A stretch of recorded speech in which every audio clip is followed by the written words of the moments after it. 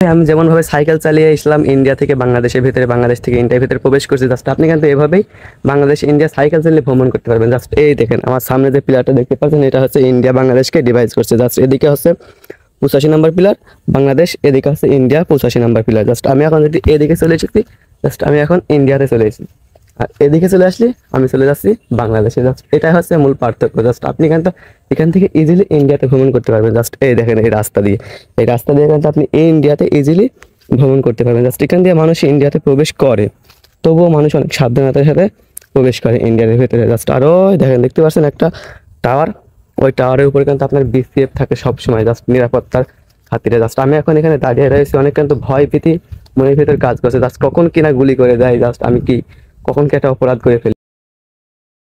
Hello WhatsApp guys, I come back to Asmaul univ another blog video right now. আজকে আমি অবস্থান করছি সীমান্তবর্তী এলাকা ফুলবাড়ি গ্রাম। জাস্ট যেখান থেকে আপনি পাসপোর্ট ভিসাবিহীন ইন্ডিয়াতে ভ্রমণ করতে পারবেন ইজিলি। জাস্ট পাসপোর্ট লাগবে না, ভিসা লাগবে না, কিছু লাগবে না। জাস্ট আপনি যদি এখানে আসেন, এখান থেকে আপনি ইজিলি ইন্ডিয়াতে ভ্রমণ করতে পারবেন। জাস্ট আমার পেছনে যে পিলারটা দেখতে পাচ্ছেন, ওটা হচ্ছে একটা পিলার, ওটা হচ্ছে ইন্ডিয়ার সীমান্ত। জাস্ট ওই ছেলেটা যেখানে হচ্ছে একটা জাল পাচ্ছে, ওটা হচ্ছে বাংলাদেশি। জাস্ট ও কিন্তু ইন্ডিয়ার ভিতরে জাল পাচ্ছে, জাল পেতে কিন্তু মাছ ধরবে। Just ওই পেটে যেগুলো কলা বাগানগুলো দেখতে পাচ্ছেন, ওগুলো কিন্তু ইন্ডিয়ার ভিতরে। জাস্ট ওই দেখেন ওখানে একটা কাঁটা তার রয়েছে।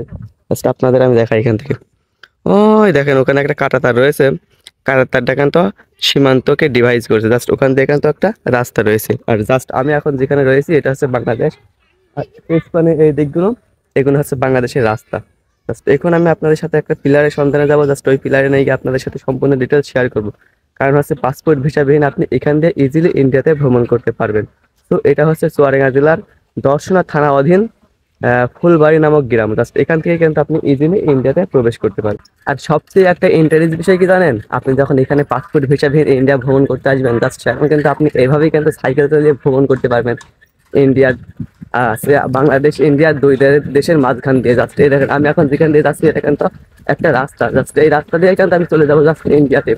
ওই যেমনভাবে সাইকেল চালিয়ে ইসলাম ইন্ডিয়া থেকে বাংলাদেশের ভিতরে, বাংলাদেশ থেকে ইন্ডিয়ার ভিতরে প্রবেশ করছি, জাস্ট আপনি কিন্তু এভাবেই বাংলাদেশ ইন্ডিয়া সাইকেল চালিয়ে ভ্রমণ করতে পারবেন। জাস্ট এই দেখেন আমার সামনে যে পিলারটা দেখতে পাচ্ছেন, এটা হচ্ছে ইন্ডিয়া বাংলাদেশকে ডিভাইড করছে। জাস্ট এদিকে হচ্ছে 85 নম্বর পিলার বাংলাদেশ, এদিকে হচ্ছে ইন্ডিয়া 85 নম্বর পিলার। জাস্ট আমি এখন যদি এদিকে চলে এসেছি, জাস্ট আমি এখন ইন্ডিয়াতে চলে এসেছি, আর এদিকে চলে আসলে আমি চলে যাচ্ছি বাংলাদেশে। জাস্ট এটাই হচ্ছে মূল পার্থক্য। জাস্ট আপনি কিন্তু এখান থেকে ইজিলি ইন্ডিয়াতে ভ্রমণ করতে পারবেন। জাস্ট এই দেখেন এই রাস্তা দিয়ে কিন্তু আপনি এই ইন্ডিয়াতে ইজিলি ভ্রমণ করতে পারবেন। জাস্ট এখান দিয়ে মানুষ ইন্ডিয়াতে প্রবেশ করে, তবুও মানুষ অনেক সাবধানতার সাথে প্রবেশ করে ইন্ডিয়ার ভেতরে। জাস্ট আরও দেখেন, দেখতে পাচ্ছেন একটা টাওয়ার, ওই টাওয়ারের উপরে কিন্তু আপনার বিসিএফ থাকে সবসময়, জাস্ট নিরাপত্তার খাতিরে। জাস্ট আমি এখন এখানে দাঁড়িয়ে রয়েছি, অনেক কিন্তু ভয় ভীতি মনের ভিতরে কাজ করছে। জাস্ট কখন কিনা গুলি করে দেয়, জাস্ট আমি কি কখন কি একটা অপরাধ করে ফেলি। তো যাই হোক, আপনারা এখান থেকে যারা পাসপোর্ট ভিসাবিহীন ইন্ডিয়া ভ্রমণ করবেন, তারা এখান দিয়ে ইজিলি ইন্ডিয়াতে ভ্রমণ করতে পারেন। সো অবশ্যই আমার ইউটিউব চ্যানেলটা সাবস্ক্রাইব করবেন এমন এমন ইন্টারেস্ট ভিডিও পাওয়ার জন্য। জাস্ট আমি এখন এই রাস্তা দিয়ে যাবো, এই রাস্তা দিয়ে গিয়ে আপনাদের সাথে কি কি পিলার আছে, কয়টা পিলার আছে, সম্পূর্ণ ডিটেলস আমি আপনাদের সাথে শেয়ার করবো। আর সবচেয়ে বেটার অপশন হবে, আমি বলবো যে পাসপোর্ট ভিসাবিহীন কেউ আপনি ইন্ডিয়াতে ভ্রমণ করতে চান, তাহলে আপনি এই সাইডে আসতে পারেন। এই কারাতারের ভেতর থেকে, এই সীমান্ত পিলার থেকে আপনি ইন্ডিয়াতে ইজিলি প্রবেশ করতে পারবেন। আপনি যখন ইন্ডিয়া বাংলাদেশ ভ্রমণ করবেন, জাস্ট একটা বিষয় আপনাকে মাথায় স্মরণ রাখতে হবে, জাস্ট এমন এমন ছোট্ট ছোট্ট পিলার কোথায় আছে, এমন এমন ছোট্ট ছোট্ট পিলার যেখানে আছে, সেখানে কিন্তু আপনি সাবধানের সাথে ভ্রমণ করবেন। কারণ হচ্ছে এমন পিলার যেখানে থাকে, জাস্ট সেখানে হচ্ছে বিজিবি বিসিএফ বেশি টহলদারি করে। জাস্ট এখানে হচ্ছে মনে করেন লুকায় থাকবে। জাস্ট একটা ইন্টারেস্ট বিষয় কি জানেন, আমি যদি ইন্ডিয়ার এই পিঠে চলে যাই, জাস্ট এখানে হচ্ছে কৃষ্ণনগর, যেটা হচ্ছে গোপালের এলাকা, জাস্ট গোপালের রাজ্য, গোপাল মন্ত্রী ওরা কিন্তু যেখানে আগে রাজ্য শাসন করতো। জাস্ট এখান থেকে কিন্তু আপনি ইন্ডিয়া ইজিলি কৃষ্ণনগর, গোপালের রাষ্ট্র, নদিয়া জেলা, সম্পূর্ণ জেলাটা আপনি ভ্রমণ করতে পারবেন।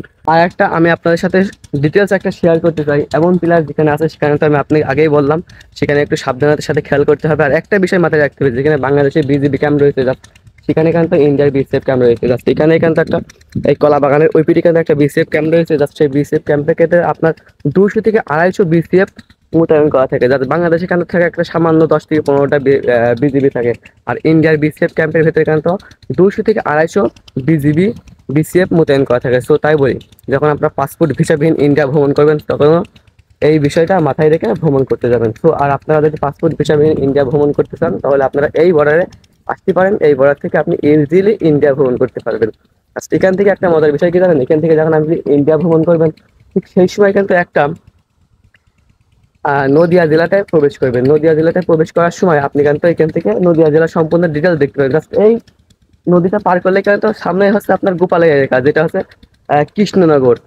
জাস্ট সেই কৃষ্ণনগর এখানে আপনি চলে যেতে পারবেন। জাস্ট এখান থেকে কৃষ্ণনগর 2 থেকে 2.5 কিলোমিটার। জাস্ট আপনি গোপালয় এলাকায় গিয়ে ভিডিও বানাতে পারবেন, ঘুরতে পারবেন, সবকিছুই করতে পারবেন। সো যাই হোক, ভিডিওটা কেমন লাগলো অবশ্যই কমেন্টের মাধ্যমে জানাবেন, আর অবশ্যই আমার ইউটিউব চ্যানেলটা সাবস্ক্রাইব করবেন পরবর্তী ভিডিও পাওয়ার জন্য।